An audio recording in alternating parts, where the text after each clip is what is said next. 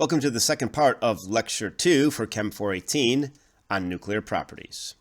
In the second part of the lecture on nuclear properties, we're going to introduce nuclear models, primarily the liquid drop model, and we're going to show where it works, where it doesn't work, and where it fails is actually used to derive the idea of magic numbers.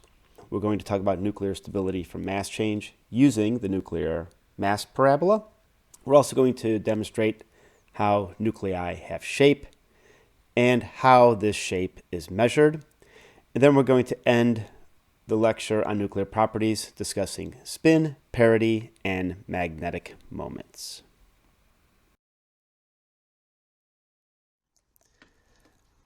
Based on everything we've discussed, masses, how those masses can be used to evaluate binding energy, we can now use this information to actually develop a simple model of the nucleus. So we're going to talk about a model of the nucleus, and this model is basically going to be based on a liquid drop. Very simple. We're going to call it the liquid drop model of the nucleus. That's what it's called. And some of the concepts of this model are described here. So that the volume of nuclei are basically based on the number of nucleons present.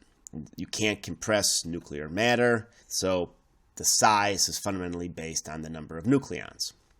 This is the basis of the equation of the nuclear radius. Radius is just proportional to the number of nucleons. And something being incompressible sounds like water. And the total binding energy of nuclei are nearly proportional to the number of nucleons present. So there's a saturation character. That means that the nucleons tend to only interact with a small number of other nucleons. So if we thought of water, water only tends to interact with other water around it. So it seems to be a reasonable model. Nucleons that are saturated, that have other nucleons around it, will have a different characteristic than those on the surface, because the surface nucleons don't have other nucleons around it at the surface. So we'll need to consider that term. All these together is the basis of the liquid drop model. It considers the number of protons and neutrons in a nucleus, how they may arrange, interact, and if we're also going to talk about a nuclear drop model, the liquid drop model of the nucleus, we tend to think spherical. And this is all developed from mass data, and you can get some information from this web link here. And fundamentally, what this describes is that nucleons are going to have different interactions if they're in the volume, right? If they're in the middle of this drop, they're saturated. If they're on the surface, well, they're not completely saturated. They've got some interactions here, but nothing out over here. There's a Coulombic interaction. The reds are protons, the whites are neutrons. So there's a force interaction, which is going to tend to spread the protons out. There's an asymmetry interaction. The neutrons, protons want to pair up fundamentally. And then if there's something left over, that's an asymmetric term. And then there's pairing of the nucleons themselves. So neutron, neutron, proton, proton pairs. So there's a few different terms that try to expand this model beyond just a simple liquid drop.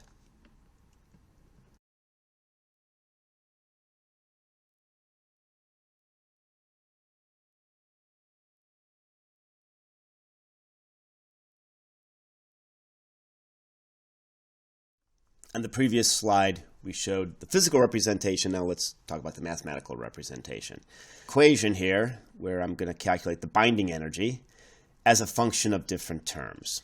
And each one of these terms represents an example of what we provided in the previous slide on the discussion of where that nucleon is living in the nucleus. So this first term, this is a volume term. It's the dominant term in the liquid drop model. And at first approximation, the binding energy is proportional to the total number of nucleons. So I've got a term here that describes the total number of nucleons. This term here, the n minus z squared divided by a, represents a symmetry energy term. The binding is due to nuclear forces. That's due to nuclear forces is greatest for a nucleus with the equal number of neutrons and protons. It's kind of a pairing aspect, the pairing of neutrons and protons. This is just something that comes out of some of the studies. So they want to try to work this term into a volume term. So this is why the equation has these relationships between neutrons, protons, and A. And then there's some constants that are used to evaluate the term.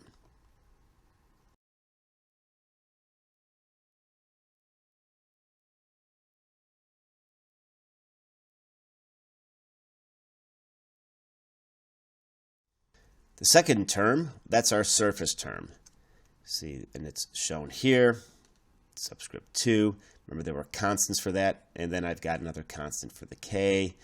And then, again, N, Z, and A are my other terms. And since this is a surface term, it's subtracting from the energy.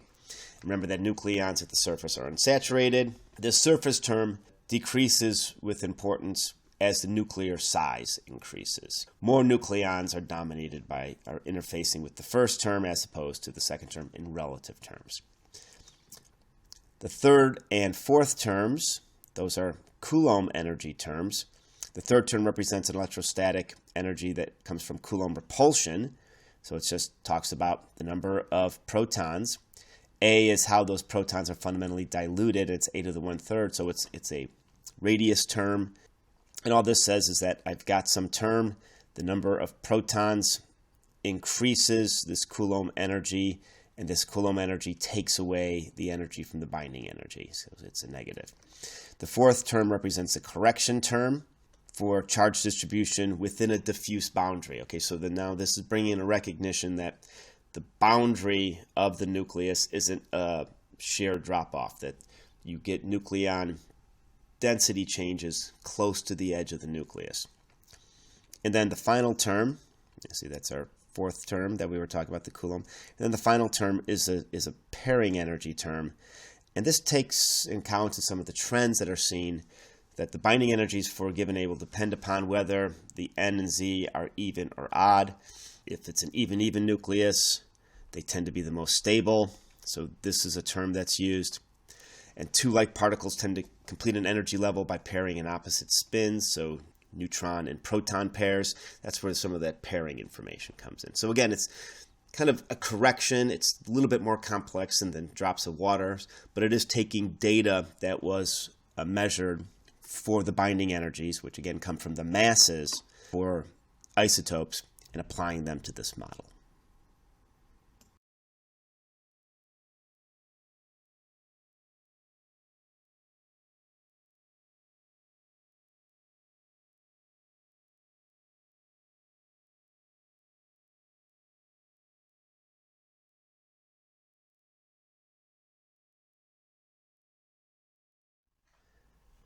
Using the data that we've described to calculate the binding energy from the liquid drop model, one can compare experimental data to some of the calculations.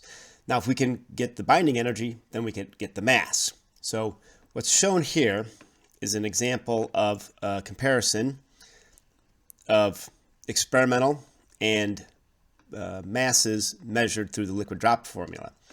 So these are the differences, and the differences are listed in MeV, and we have it plotted against proton number and here against neutron number.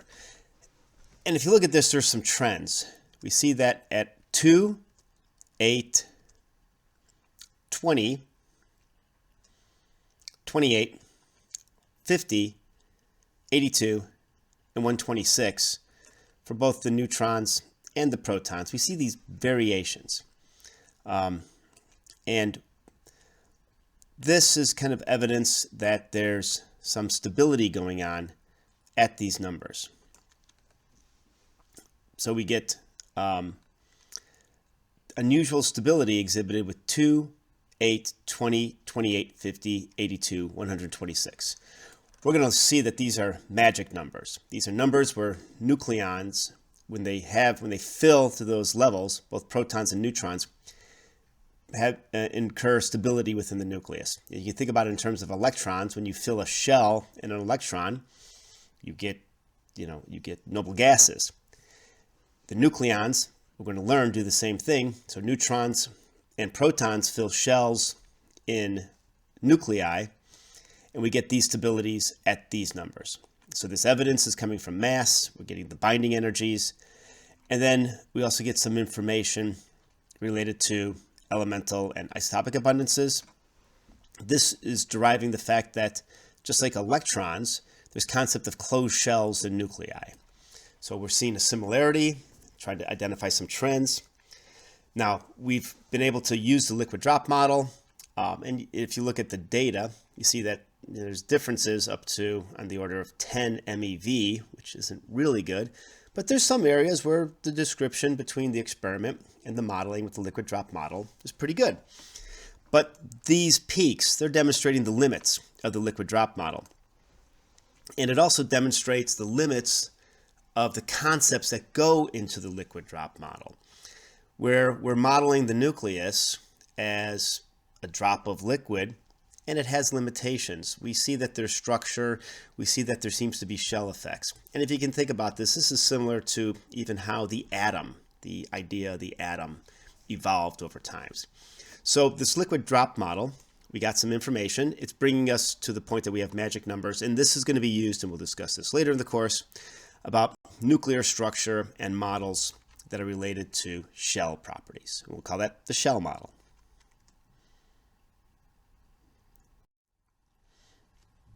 Another way of evaluating trends within nuclei is to look at something called mass parabolas. It's a way of demonstrating stability by constructing some binding energies. So what we have here is basically a way of showing how much extra energy a isotope has compared to the other isotopes in its isobar. So here we plot A of 157, A of 75, and fundamentally here we have energies. These are your Q values. So zinc 75 decaying to gallium 75 has this much energy, gallium to germanium, germanium to arsenic, and we see that there's a stability point here at arsenic. Krypton decays to bromine, bromine to selenium, and then the selenium to arsenic. If we go to the 157, we're looking at the lanthanides, we see a similar trends. So what this shows is it's a way of plotting the energy from one isotope to another. It also clearly identifies those stable isotopes. Those are at the bottom of the mass parabola. And for odd A isotopes, there's only one beta stable. And for even A isotopes, sometimes there'll be multiple beta stable isotopes.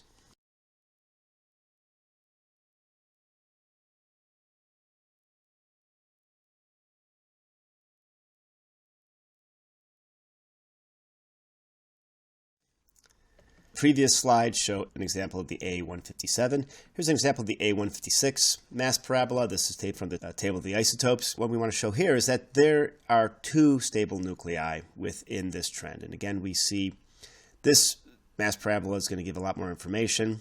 We see the beta decay here. So neodymium, promethium, samarium, europium, gadolinium. We're going up in Z, and then here we're going down in Z from tantalum all the way to gadolinium. But what we see is that as we go from the beta decay side, we're going to reach a point where this europium decays to the gadolinium stable, and then on this beta positive side, we go down and we hit a point where the homium would decay to dysprosium. Now dysprosium is at lower energy, so this is a plot, you can think of this as a plot of N for a given Z versus energy. Dysprosium here is lower than the holmium and the terbium. Now, the dysprosium is higher than the gadolinium, so there is a possibility that the dysprosium could decay to the gadolinium. Some isotopes do that through double beta decay, but the dysprosium isn't going to decay to the terbium because that's energetically not allowed, but the terbium here could still electron capture to gadolinium. So for an A of 156, we'd expect to see two stable isotopes, the dysprosium and the gadolinium. And the other thing you should note with this, for a mass parabola with two stable isotopes, you will not see the two stable isotopes right next to each other in N. So you wouldn't have stable terbium and stable gadolinium. They'd both have to be at the exact same energy level. The stable isotopes are usually off by 1 N.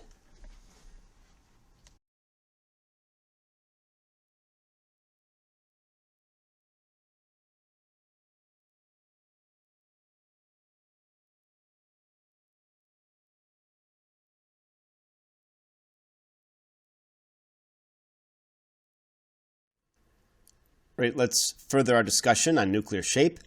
We brought this up a little bit earlier when we talked about the non-compressibility of nuclei in the liquid drop model, but there's an equation for nuclear radii that's shown here. And all it is that the you're basically stating that volumes are nearly proportional to the nuclear mass because the nuclei all have about the same density. You're filling up something with more and more nuclei, it's going to expand.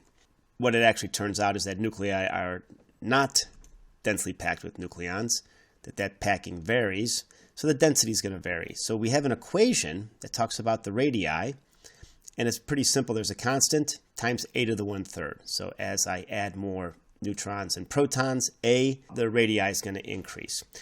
But what it increases by, this term R naught, can vary 1.1 to 1.6 femtometers for the equation above. So that variation has to do with the areas and type of isotopes that are examined. So this variations in nuclear radii can mean a few different things, has different implications.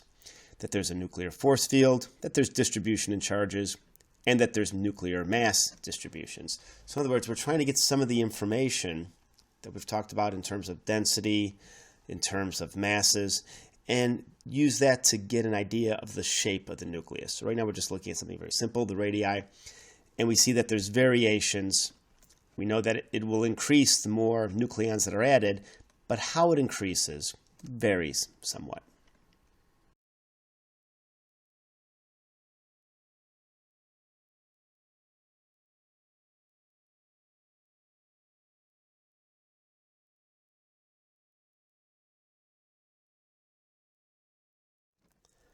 So here's a good question. How does one actually measure the radius of a nucleus? And what one can do is basically try to impinge upon that nucleus with another projectile. So it would be good to use a projectile that has a charge with it. And what one can do is evaluate a closest approach of that particle to the nucleus. So that's what we really want to do. We want to evaluate this term, the closest approach. And I have a few ways of evaluating this. Imagine that I take a projectile, have it accelerate towards the nucleus, and it gets bent, right? I get some scattering. How does that scattering from the nucleus indicate its distance?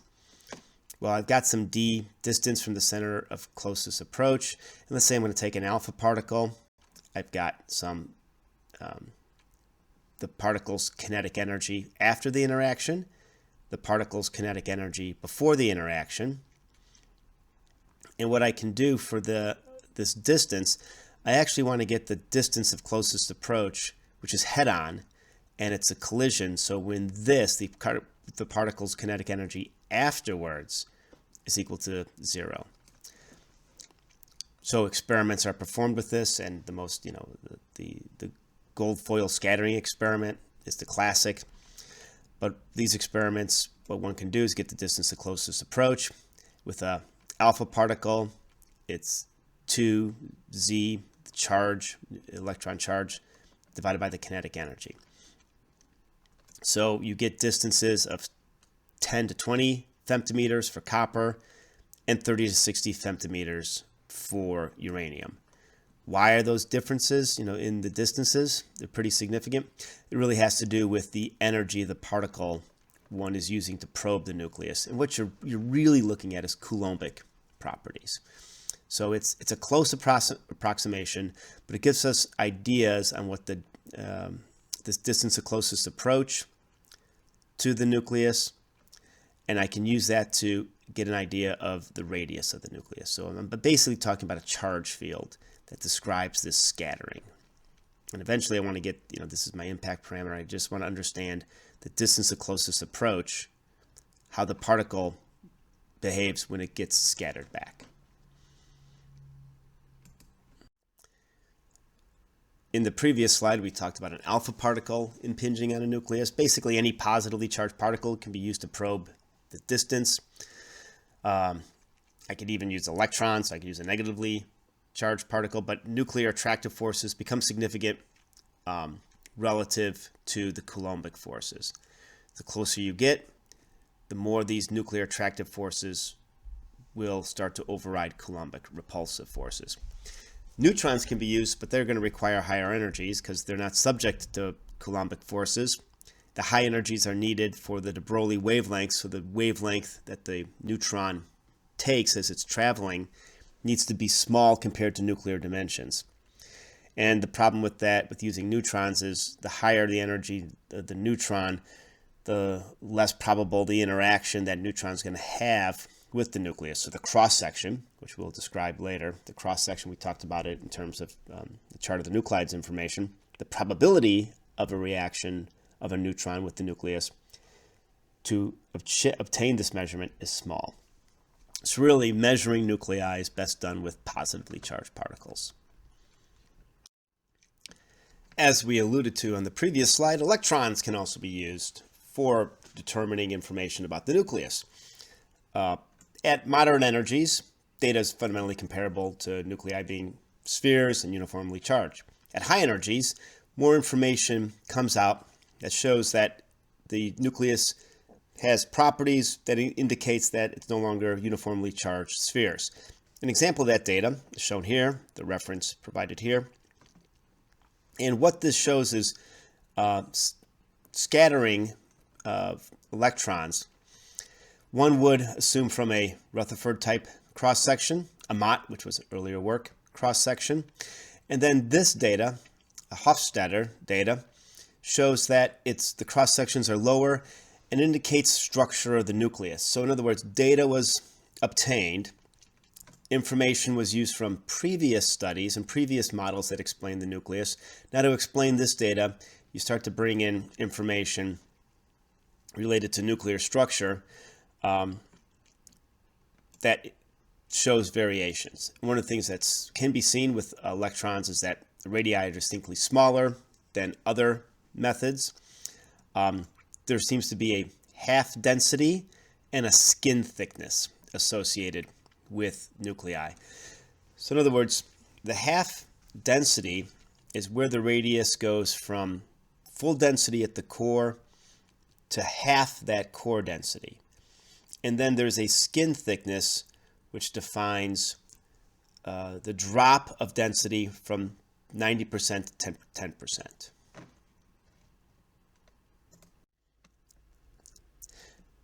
The scattering data that was collected showed some differences in expected behavior of the nuclei, and that in turn led to the ability to describe the potentials in which the nucleus was constructed of. So in other words, the scattering experiments provided information, just like as we did with the liquid drop model.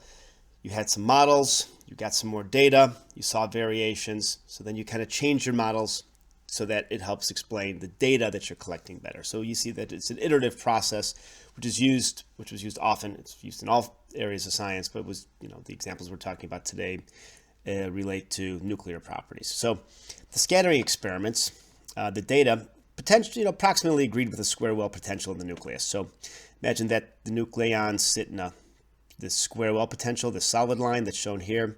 This is for protons. You have a little bit of potential on the top here.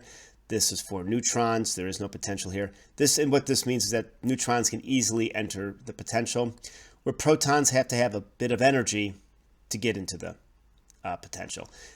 This has to do with charge, so it takes coulombs and Coulomb property into the variation. Now, the data actually seems to point to a Wood-Saxon fit. And this is the dashed lines. And the difference is you see that the square wells, it's a little bit, the distance here is a little bit smaller at the bottom of the potential, larger at the top of the potential.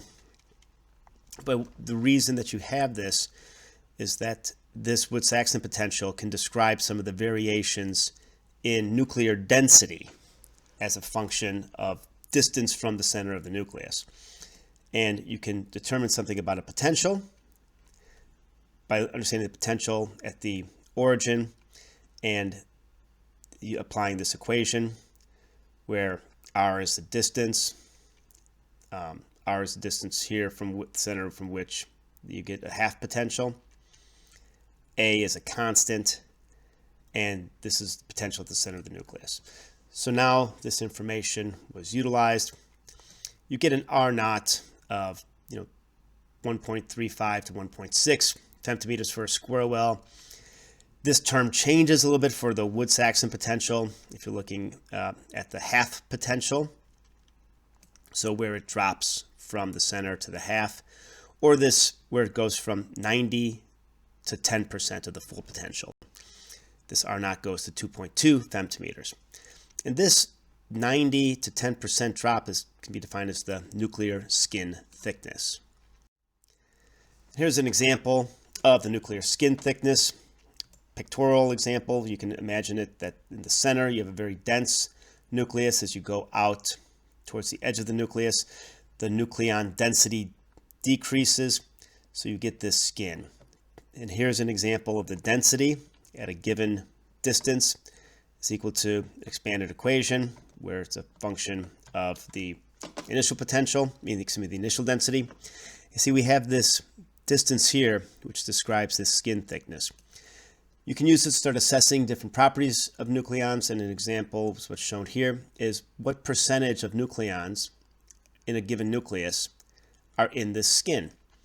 And we see that for something that's small, like carbon-12, the bulk of the nucleons are in the skin, whereas something for heavy, like uranium-238, the majority of the nucleons are outside of the skin. So again, we're seeing some variations in some nuclear properties, and all this comes back to just utilizing information that could be easily measured, such as mass and how it's applied. All right, we're going to complete lecture 2 by reviewing some properties that you may already be familiar with of the nucleus. And one is spin. We know that nuclei possess angular momenta that can be described through this term, where I is an integer or half integral number. That's where your nuclear spin comes in. You've used this at NMR. We want things with spin 1/2. Electrons generally distinguish between electron spin and orbital angular momentum. So again, what you may have learned about electron spin has correlations with neutron and proton spin. Like electrons and neutrons and protons have spin of 1/2, so it's a fundamental property. The nucleons in the nucleus contribute to the orbital angular momentum and the nuclear spins in a nucleus. So basically, what we're going to learn when we talk about the shell model is that the spin of a nucleus is determined by the unpaired nucleons. So if I have an even number of protons and an even number of neutrons, there's no spin. That's why on the chart of the nuclides, anything that's an even doesn't have that spin information, because it's assumed to be 0+. Protons and neutrons we're going to see that they're going to fill shells in the shell model, just like electrons. They're going to have orbital angular momentum, just like electrons, except, we're going to go to G, H's, and I's. So they're going to be a little bit different than electrons. And we're going to see some trends. Even A nuclei tend to have 0 or integral spins, and the odd A nucleus tends to have a half integral spin. For an odd A nucleus, that the unpaired nucleon, either a proton or a neutron, is going to be responsible for the spin of the entire nucleus. All even nuclei are 0 in the ground state, 0 spin.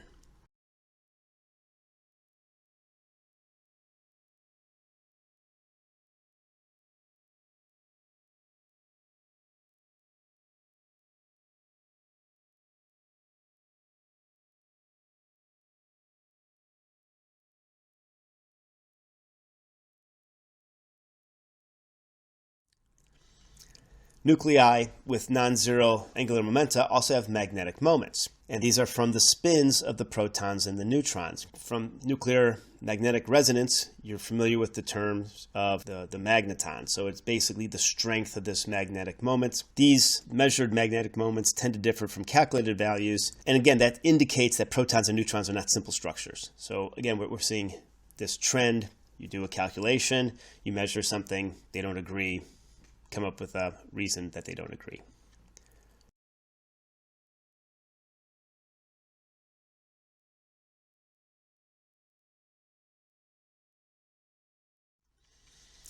Okay, another term that you likely have seen elsewhere is parity. We talk about a nucleus with a given spin and parity, and it really discussing a system and if there's a sign change in the space coordinates of that system. If I take a system, describe it as a wave, and I put a process on it in space, Basically, does it look like a mirror image or not? And that is something called positive or negative parity. You can think of parity as it's just another term to describe the behavior in quantum mechanical state of the system that you're exploring. Their parity has to be conserved, so there are certain trends where an even and odd parity go to odd, even and even are even, odd and odd go to even. And what this really means is if I talk about states, and we'll discuss this as a nucleus decays and goes from one state to another, spin is important and parity is important. So as it slides into a spin state, does that spin state have a similar parity or not to the state that it's coming from? And we'll see that allowed transitions, those decays which tend to have shorter half-lives, are going to be between atomic states of even and one odd parity. Parity is also connected with your angular momentum quantum number. States with an even angular momentum have even parity, so S, D states, where states with an odd angular momentum have an odd parity. P states, for instance, are odd numbers. They will have odd parities. We'll utilize this when we discuss the shell model. And as a review, here are some properties of elementary particles: charges, rest mass, spins, magnetic moments, and if it behaves in what sort of statistics they follow. And we've talked about electron, photon, positron, neutron, and then proton within this lecture.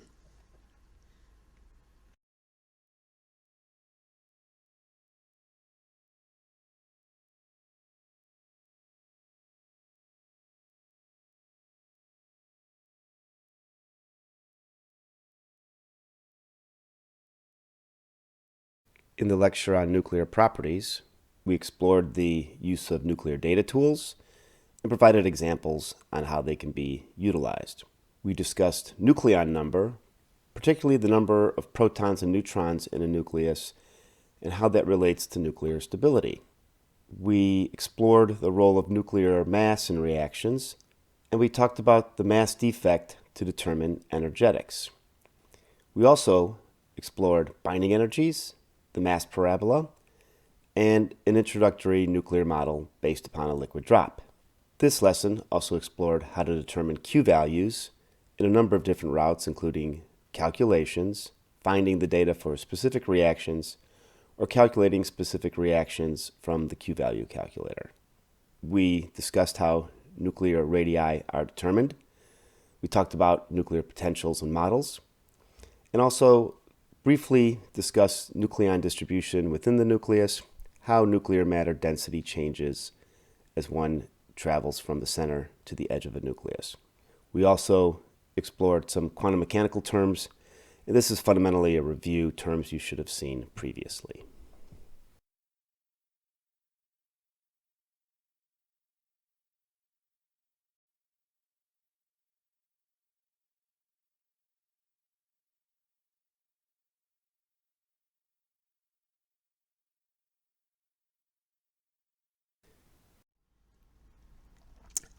Here's an example of some questions you should be able to answer after this lecture. What is binding energy?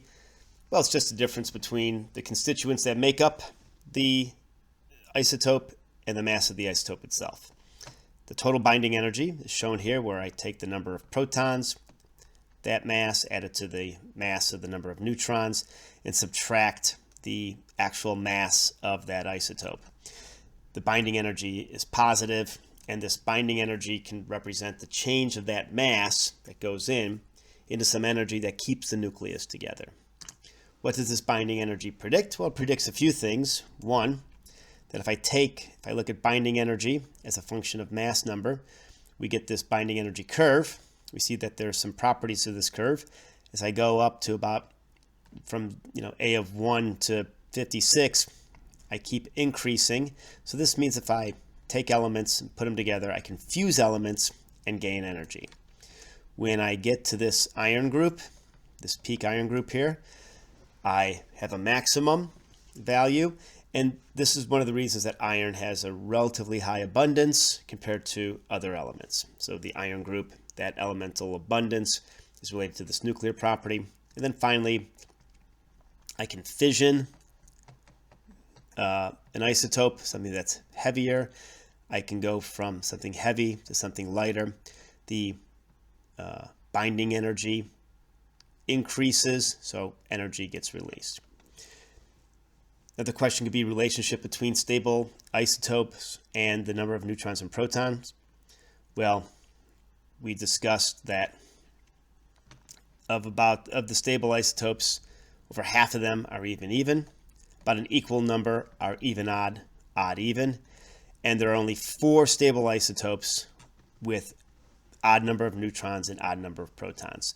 So even nuclei tend to be the most stable. What is the Q value? Well, for nuclear reactions, the Q is just the energy of the reaction. So it's difference between, basically you can say it's the mass difference between the parent and the daughter. And that mass difference, if you measure it in atomic mass units, you can convert it to MeV by multiplying the atomic mass unit by 931.5 MeV per AMU. But this really comes from E equals mc squared. How can one find the Q value for a reaction or decay? We'll use the mass excess to set up the equation. So a parent minus the daughter using the mass excess. You can use the Q value calculator from the web, and we showed that. Or I can, depending if it's just a simple decay reaction, the data might be available in something like the table of the isotopes. How can radius be measured? Generally by scattering of charged particles. One could use both positively and negatively charged particles, electrons, protons, alpha particles.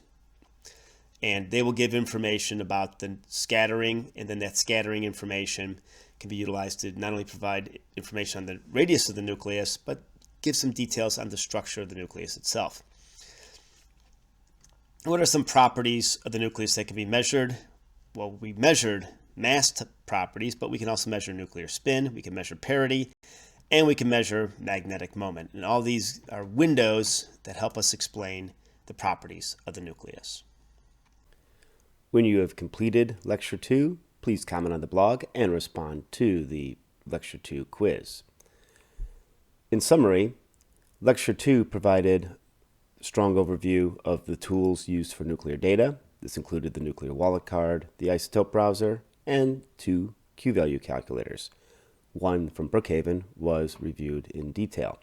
The important concepts that you should take away from this lecture include that the number of neutrons and protons in a nucleus influences their stability, that the nuclear mass can be used for identifying trends, such as energetics, the Q value, and the binding energy, that the binding energy is related to important reactions, such as fission, fusion, and that nuclear radii and skin thickness can be measured and calculated. This lecture also discussed the basic concepts of the liquid drop model, which, as shown here, details that you should be familiar with include what the terms in the equations represent, the relationship to magic numbers, and magic numbers will be discussed in more detail later in the course. This lecture introduced spin and parity, terms that you should have seen before. Anyone who's done nuclear magnetic resonance, NMR, has already worked with nuclear spin. We'll see that spin and parity are important terms in radioactive decay. For alpha, beta, and gamma decay, spin and parity changes will be shown to be important. We'll discuss this later in the course. There was some basic information on nuclear magnetic moments and measurement of nuclear radii. You should be familiar with the very fundamental basics of this. And then there was a brief discussion on nuclear potentials, the Wood-Saxon potential, for example, and this will be discussed in more detail later in the course when lectures on nuclear models are presented.